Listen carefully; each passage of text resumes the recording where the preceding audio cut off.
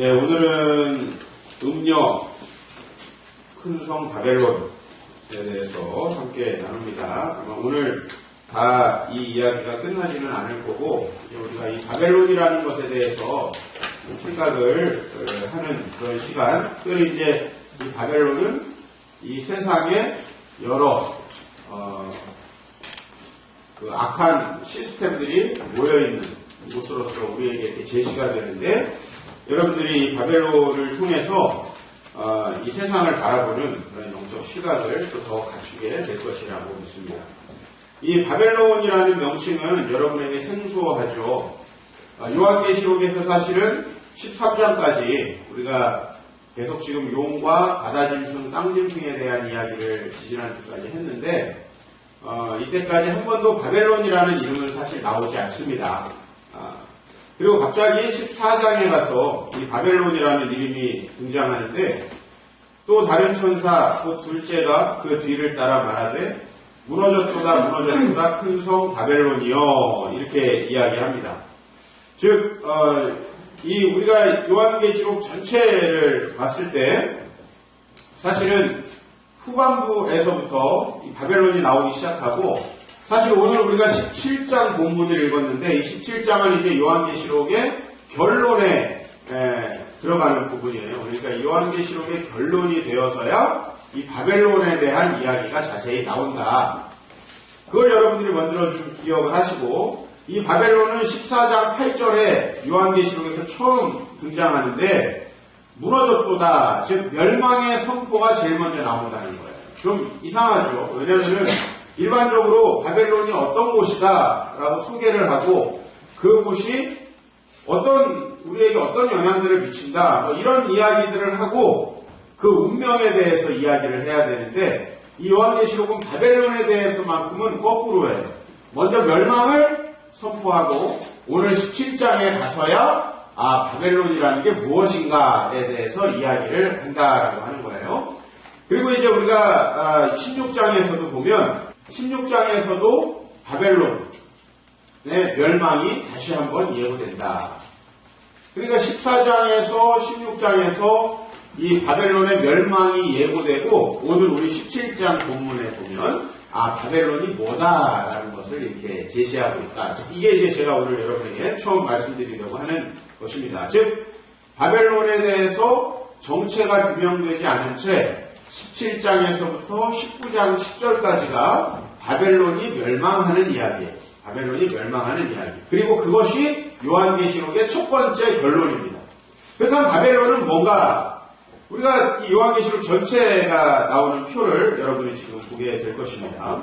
우리가 서론과 결론은 요한계시록이 어떤 것이고, 요한계시록에 등장하는 삼위일체 하나님이 어떤 분이시다라는 거, 요한계시록의 결론도 이 말씀을 우리가 어떻게 다루어야 하는가, 그리고 이 말씀의 끝으로 재림하시는 예수 그리스도에 대해서 이야기를 합니다. 우리가 이 부분을 제외하고 나머지 부분을 본론이라고 쳤을 때, 이 본론은 여러분들이 앞에서 보았듯이 7교회에 대한 이야기, 그것이 바로 서론이었고, 그 다음에 4장에서 16장까지 7인과 7나팔과 7대접에 대한 이야기, 이 세상을 심판하는 프로세스에 관한 이야기, 그 이야기가 요한계시록의 본론이고, 그 다음에 요한계시록의 결론은 뭐냐 하면, 이제 이 세상의 그 심판이 작동할 수밖에 없는 이 세상 나라의 멸망과, 그 다음에 예수 그리스도를 끝까지 믿은 자들의 구원에 대해서 이렇게 나온다. 자, 그렇다면 우리가 6장에서 16장을 조금 자세히 띄어서 보자면은, 여기는 7인과 7나팔과 7대접의 재앙인데 하나의 이야기가 삽입되어서 들어간다. 그거 바로 용과 짐승의 이야기다라고 제가 말씀을 드렸어요. 그래서 우리가 한 3시간에 걸쳐서 용과 짐승에 대한 이야기를 이미 했습니다.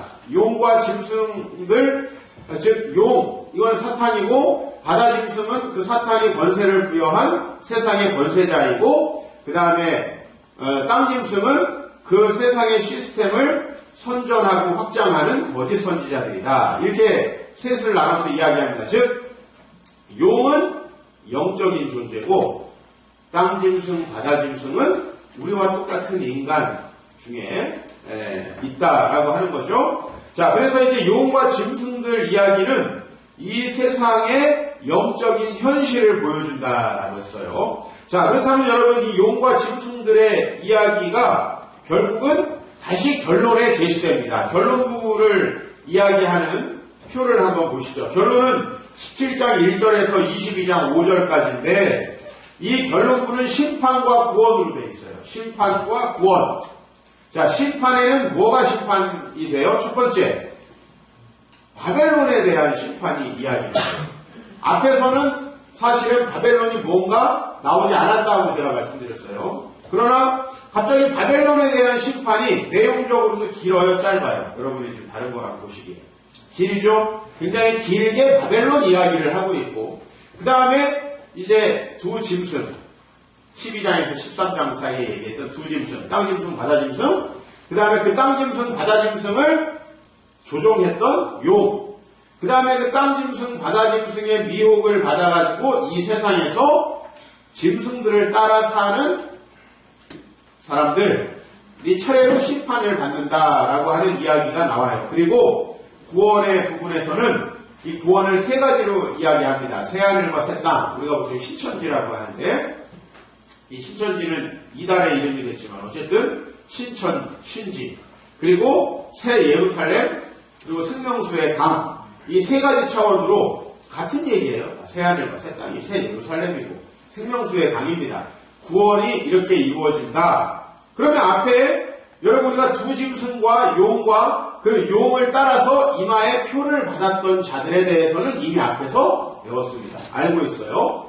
바벨론에 대한 이야기는 앞에 나오지 않는다라는 거예요. 그래서 왜 그러면 바벨론의 멸망이 나오느냐 하는 걸 여러분이 아셔야 되겠죠. 그것은 뭐냐면 이 용과 두 짐승과 두 짐승의 표를 받은 사람들이 활동하는, 그리고 그들이 이 안에서 살아가고 있는 이 세상의 시스템, 그 전체가 바벨론이에요.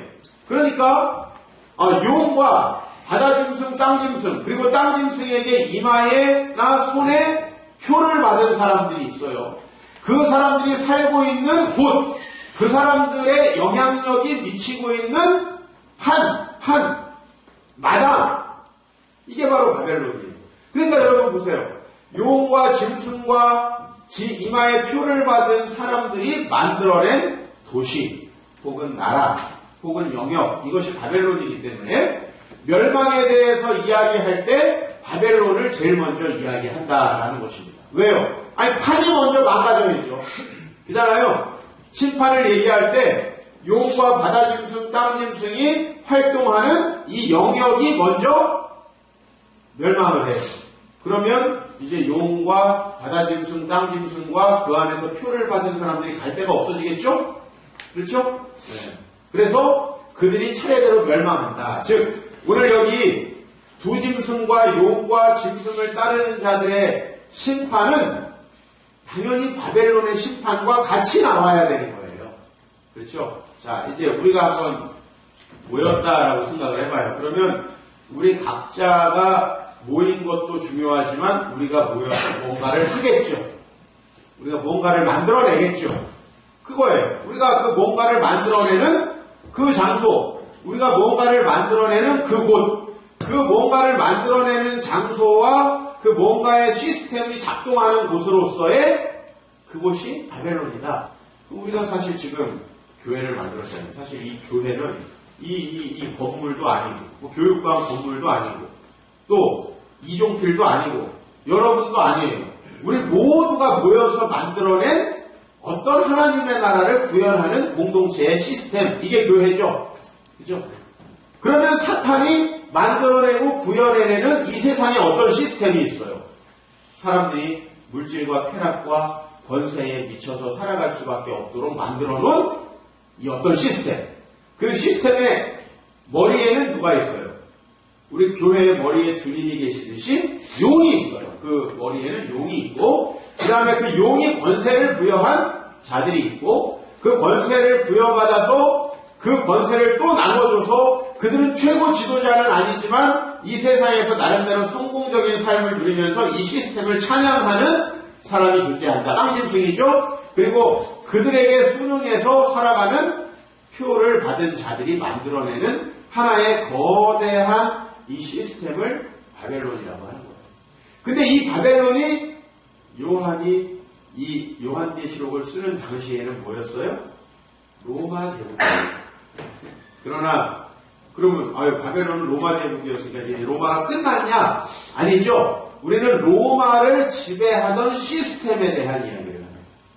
로마를 지배하는 시스템은 그 로마는 망했지만 전혀 망하지 않고 계속되어 왔죠, 지금까지.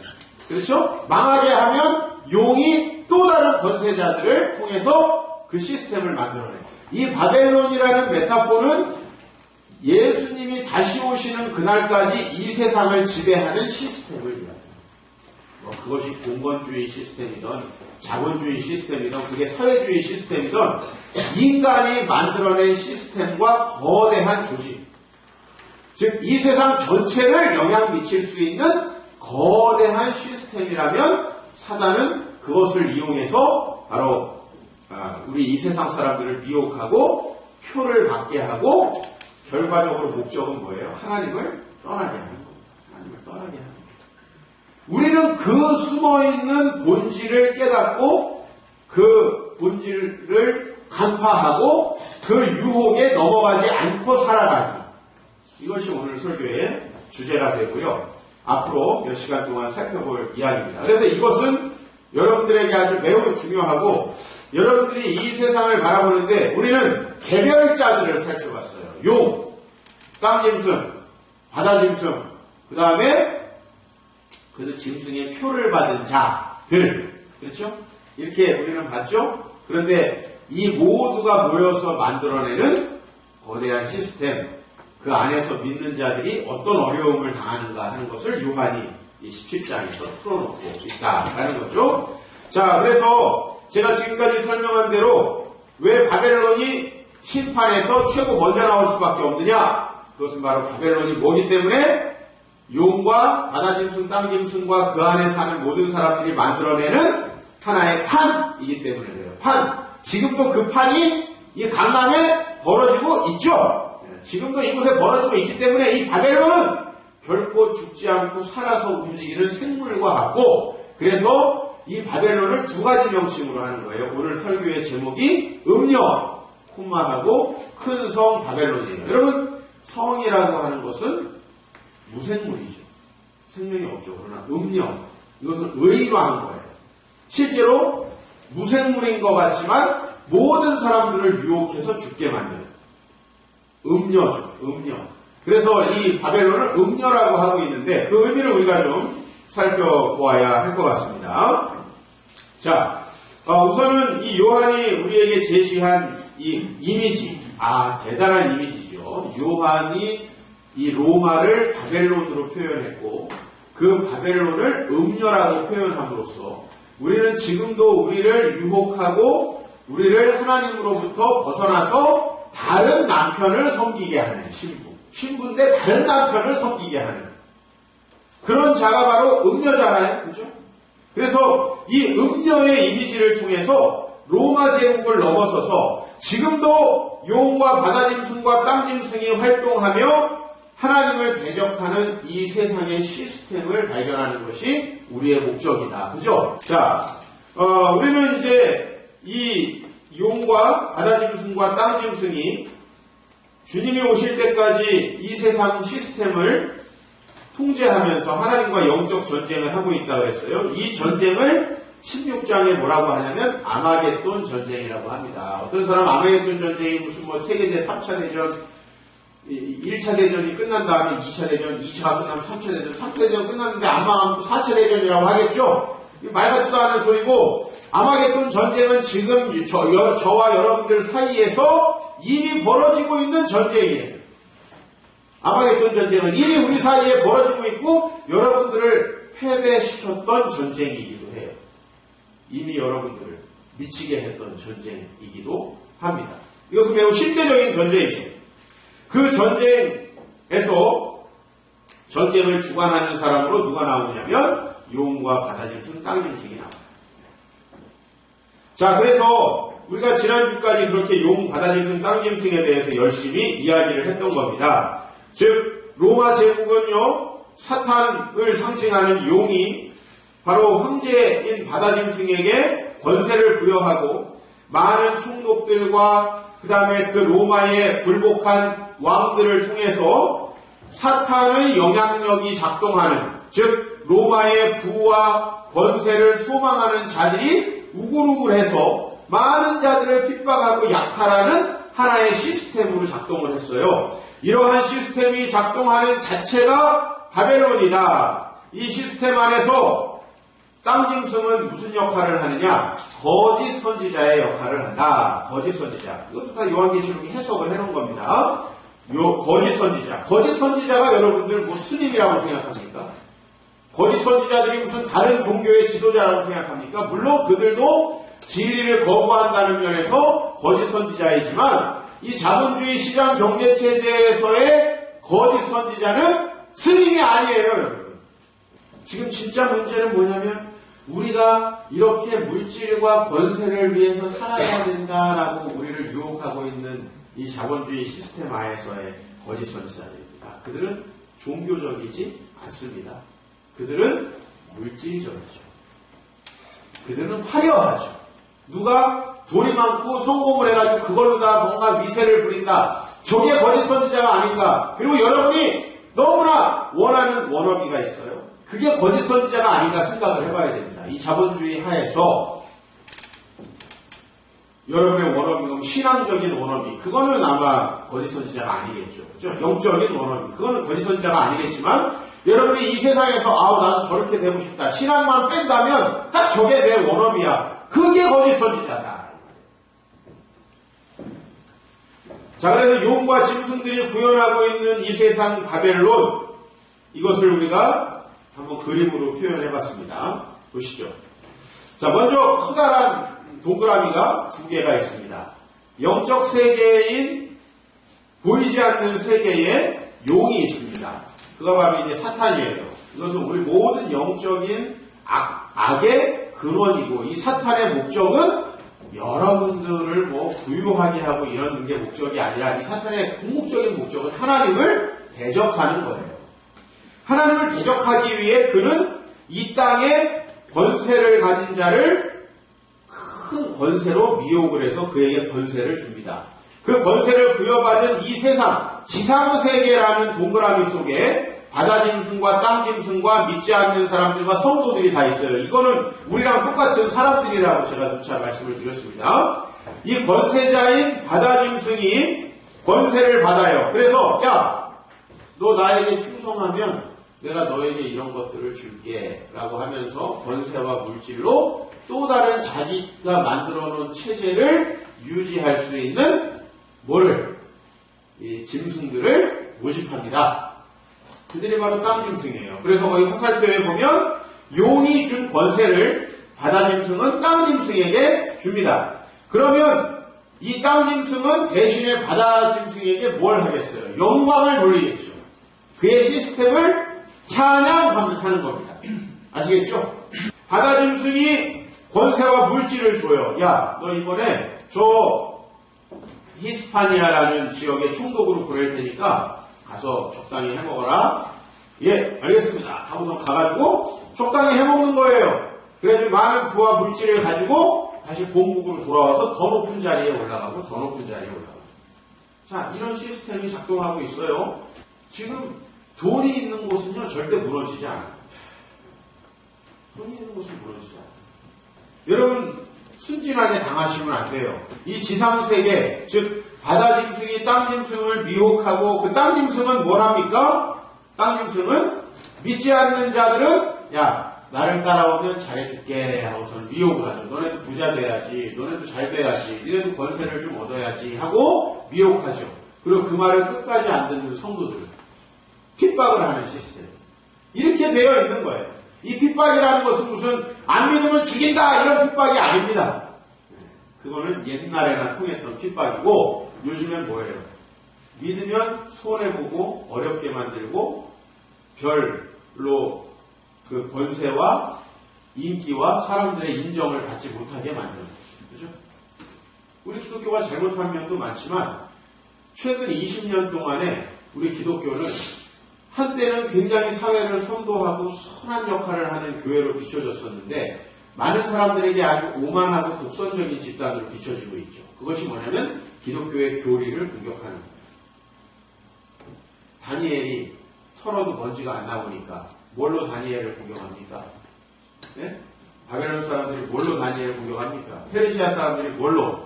그의 신앙으로 공격을 하죠. 저놈은 하루에 3번씩 기도를 하더라. 기도 못하게 금령을 딱 내리고 기도하면 잡아들이는 거예요. 지금과 시대만 달라졌어요. 지금은 누가 믿는다고 핍박하지 않아요. 그러나 교회는 오만하고 독선적이고 자기들만 예수만 구원받는다고 해. 이것은 이 시대 포스트 모더니즘의 사회 속에서 공격받기 딱 좋은 사상이에요. 다 알고 있어요. 그러나 내가 그렇게 하지 않을 수 없는 건 그게 진리이기 때문이에요. 그러나 기독교 집단은 언제부턴가 이제 오만하고 독선적인 집단이 됐죠. 게다가 많은 교회의 윤리적인 병폐들이 이제 우리 교회들이 갈 곳이 없게 만들고 있어요. 교회들이 갈 곳이 없어요. 우리는 이미 교리적으로 굉장히 공격을 많이 받은 상태예요. 너덜너덜해졌어요. 20년 동안. 교회가 왜 니네만 구원받는다고 하냐. 그런 독선적이고 그런 배타적인 사상이 어디냐. 이런 상황 속에서 이 교회들이 온갖 사고를 치니까 요새 교회들마다요. 엄청나게 많은 교회들이 지금 큰 어려움을 겪습니다. 사실. 이 땅짐승이 선동하는 겁니다. 지금 안티 기독교 사이트가 안티 기독교 운동을 하는 그러한 NGO만 해도 5개가 넘어요. 그들을 위해서 NGO라는 건 뭐가 있어야 돼요? 펀드가 있어야 돼요. 누군가가 우리가 선교 헌금을 내듯이 안티 기독교 운동에 헌금을 하고 있습니다. 사명으로 알고. 근데 그 사람들은 큰 손이에요. 그래서 언론과 인터넷을 장악하고 다음 아고라 이런 데를 장악하고 수많은 글들을 쏟아내고 있어요. 우리 교회는 뭐 거기다 먹잇감을 딱딱 갖다 주는 거지. 해가지고 그냥 걔네들이 낼름 받아보고 글을 쓰면 댓글이 수만 개가 달리는 거야. 죽여라! 개독교 죽여라. 지금 이렇게 돼가고 있습니다. 우리만 모르는 거예요. 이 지상세계 이 바벨론이 교회도 무엇 때문에 지금 어려워집니까? 돈에 미혹돼서 세상의 권세에 미혹되어서 그렇죠? 여러분 지금 이러한 지상세계 권세와 물질의 카르텔이 꽉 잡고 있는 이 시대에 그래서 믿지 않는 사람들, 짐승의 표를 받은 사람들, 교회에도 그런 사람들이 많이 있죠. 목사들 중에도 있죠. 그런 미혹된 사람들은 이 땅짐승의 시스템에 들어가는 거예요. 그런데 아까 전에 이 앞에 우리가 봤던 요한계시록의 결론에 뭐라고 그랬어요? 짐승들을 따른 자들도 다 심판을 받습니다. 근데 우리는 목사님 교회 다니면 되는 거 아닙니까? 나 예수님 저기 십자가에 달린 거 믿는데요. 천만의 말씀이에요. 여러분 그렇게 내가 머리로 알고 있다고 그래가지고 구원받으면 아무 문제 없다고 하는 게 구원파예요. 구원파가 뭔지는 아십니까? 내가 머리로 믿고 있고 내가 구원받을 줄로 확신하니까 다른 거는 문제되지 않는다. 이게 구원파라고요. 바벨론을 뭐라고 이야기하느냐? 오늘 말씀에서 음녀라고 이야기를 하죠. 음녀. 자, 그 음녀는 어떤 자들입니까? 우리 17장 4절 말씀 보면 그 여자는 여자라고 얘기하죠. 그 바벨론이라고 안 하고 나중에 이름을 밝혀요. 여자라고 얘기합니다. 그 여자는 자줏빛과 붉은빛 옷을 입고 금과 보석과 진주로 꾸미고 손에 금잔을 가지고 가증한 물건과 그의 음행에 더러운 것들이 가득하다. 그 금잔 안에 그랬어요. 이 여자는요. 온갖 이 세상의 보화를 끌어들여서 자기의 사치스러운 생활을 즐기는 거예요. 사실 이것이 로마 사람들의 삶이었죠.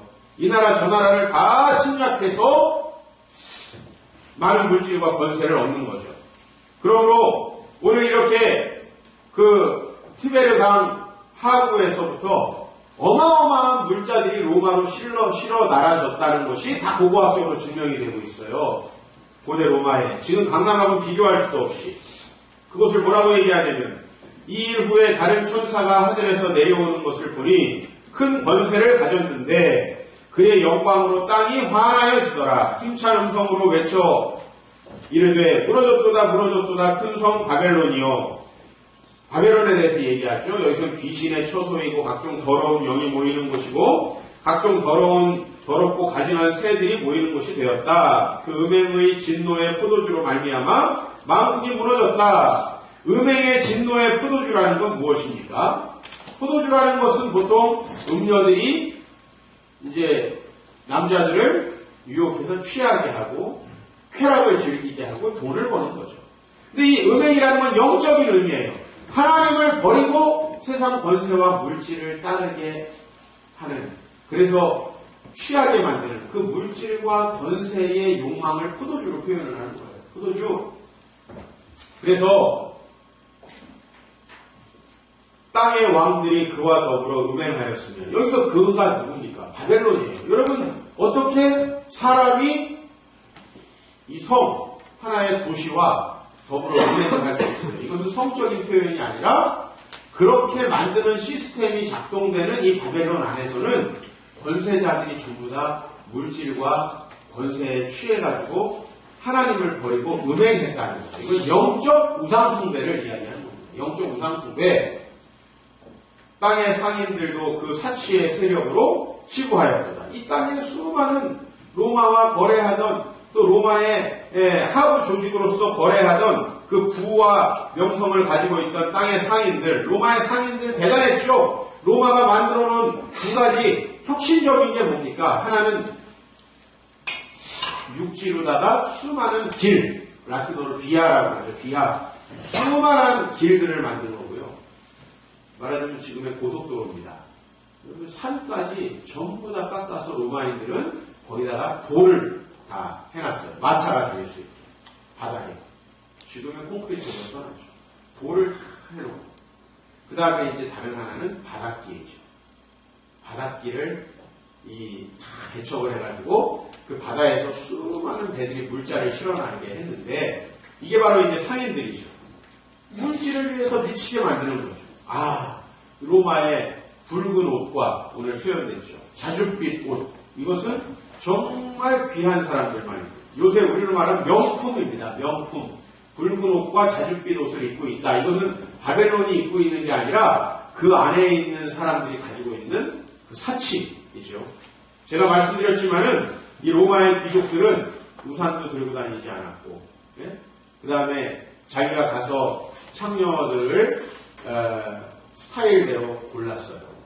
그 당시부터 여자들을 다 골랐습니다. 좀 풍만한 여자, 날씬한 여자 다 골라가지고 쾌락을 즐겼고요. 이때부터 수세식 화장실을 다 즐겼어요. 로마 사람들은. 그리고 대리석이 깔린 길을 다녔어요. 25,000명 정도가 들어갈 수 있는 그러한 원형 경기장에서 연극을 즐겼고, 그 다음에 뭡니까? 이 마차 경주, 배너 같은 데 나오는 그런 마차 경주를 즐길 수 있는 그런 엄청나게 거대한, 이걸 뭐라 그래요? 스타디움.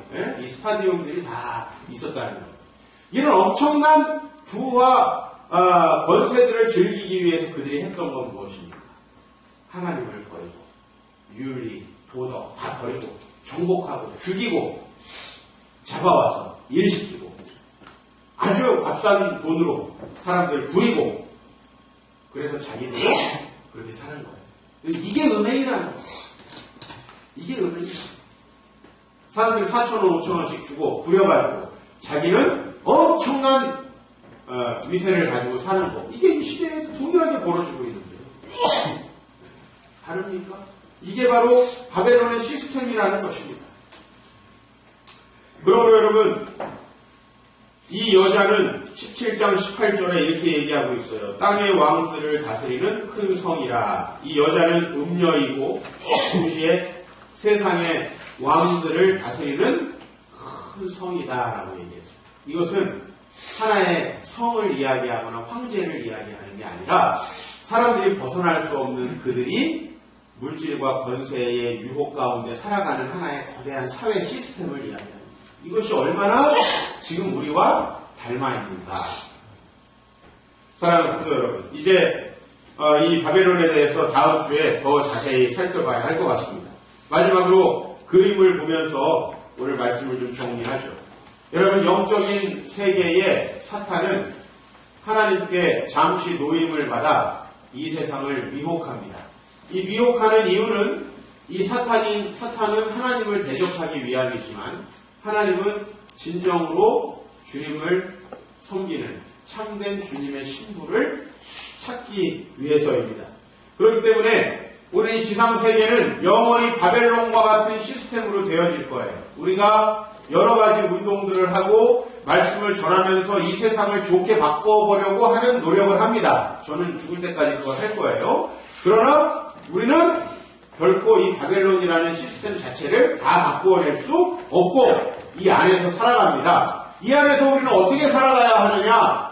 바로 믿음을 지켜야 한다는 것이죠. 이 세상은 어차피 사단이 강력한 권세로 많은 자들을 미혹하게 될 것이고 여러분이 말세에 믿음을 지키고 살면 손해를 보고 어려움을 당하고 배타적인 사람으로 사람들에게 찍히고 좀 너무 꽉 막힌 사람으로 찍히고 너무나 여러분들은 물질적으로나 모든 면에서 성공하지 못한 사람으로 낙인을 찍힐 수 있습니다.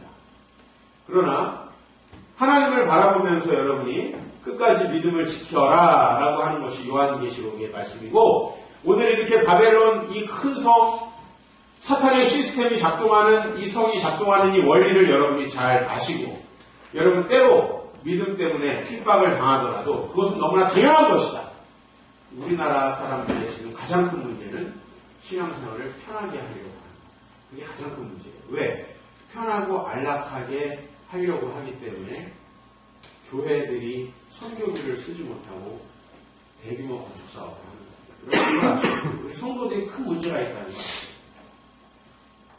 한국교회가 지난 30년간 하여튼 교회를 크게 지었다 하면 대박이 났어. 그러니 목사들이 그거 안 하겠어요? 여러분 성도들이 우리 잘 생각해야 됩니다. 목사들 미치게 하면 안 됩니다. 물론 목사들이 잘못입니다. 교회 지도자들이 문제가 있어. 그러면서 하나님 믿음은 복받고 범사에 강건해진다고 정말 말도 안 되는 가짜 복음 펼쳐가지고 한국교회가 다 이렇게 음행의 포도주에 지금 취해 있다. 음행의 포도주에 취해 있다. 하나님 대신에 돈과 세상 권세에 취해 있다. 교회들 가보세요. 하나님이 없고 전부 다 세상 권세. 무슨 모임, 무슨 동호회? 아닙니다. 믿음으로 승리하시는 여러분 되시길 바라고 오늘 다 이해 못하셔도 괜찮습니다. 믿음으로 승리할 것을 소망하면서 우리 다음 주에 더 음녀 바벨론에 대해서 말씀을 나눠보도록 하겠습니다.